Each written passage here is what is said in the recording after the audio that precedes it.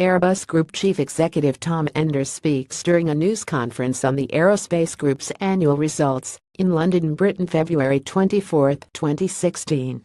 Reuters Shanna McKay Paris Reuters shares in Airbus fell on Monday, with traders attributing the decline to comments from the company's chief executive who had warned of turbulent times ahead for the European planemaker.